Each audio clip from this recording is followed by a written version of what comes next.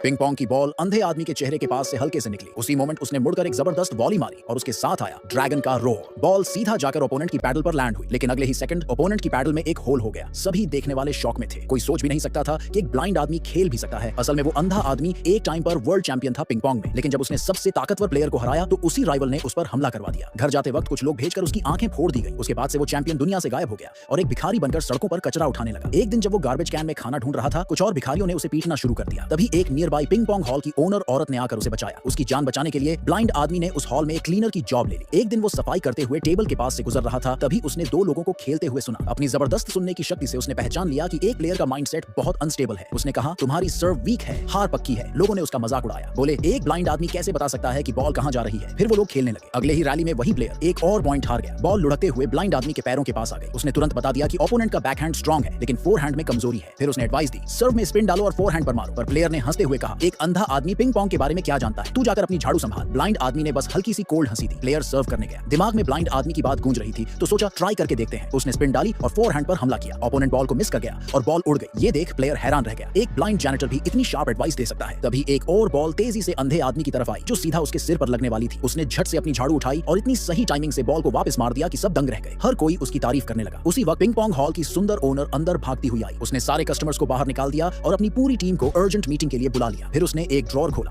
और उसमें से बैंक कार्ड्स का एक बड़ा सा बंडल निकालकर सबके सामने रख दिया। उसने अनाउंस किया कि आज से पिंग पोंग हॉल बंद किया जा रहा है, क्योंकि एक पुराना ट्रेडर एक प्रोविंशियल चैंपियन को लेकर वापस आया है उन्हें चैलेंज करने। अगर वो हार गए तो पूरा हॉल देना पड़ेगा। उसे पता था कि उसकी टीम प्रोविंशियल लेवल के चैंपियन से नहीं जीत सकती, इसलिए उसने अपना सारा जमा पैसा सबको देने का फैसला किया। पर उसकी टीम कई सालों से उसके साथ थी और उन्होंने कसम खाई कि हॉल के आखिरी दिन तक साथ देंगे। लेकिन ओनर ने कहा कि वो उनकी जिंदगी खराब नहीं करना चाहती, इसलिए सबको जाने के लिए कहा। फिर उसने एक स्पेशल बैंक कार्ड ब्लाइंड आदमी को दिया और कहा कि उसकी जिंदगी सबसे मुश्किल होने वाली है, इसलिए उसे ये पैसा लेना ही होगा। ब्लाइंड आदमी को वो दिन याद आया जब इस औरत ने उसकी जान बचाई थी। वो चाहकर भी हॉल की तबाही चुपचाप नहीं देख सकता था, लेकिन फिर भी उसने कार्ड ले लिया। ये देखकर सबने उसे गालियां देना शुरू कर दिया। मैनेजर तो उसे मारने तक आ गया, पर ओनर ने बीच में आकर रोका और कहा कि ये पैसा उसका हक है। उसी वक्त ट्रेडर अपने पूरे टीम के साथ हॉल में घुसा। उनका मेन प्लेयर था दुनिया का तीसरे नंबर का पिंग पोंग खिलाड़ी। ट्रेडर ने कहा कि अगर उसकी टीम में से कोई भी एक आदमी उसके प्लेयर को हरा दे तो वो हार मान लेगा। ओनर का सीनियर डिसाइपल सबसे पहले सामने आया, लेकिन वो प्रोविंशियल चैंपियन के सामने टिक ही नहीं पाया। एक भी शॉट वापस नहीं कर पाया और सीधा 11-0 से हार गया। बहुत शर्मनाक हार। ओपोनेंट की खतरनाक ताकत देखकर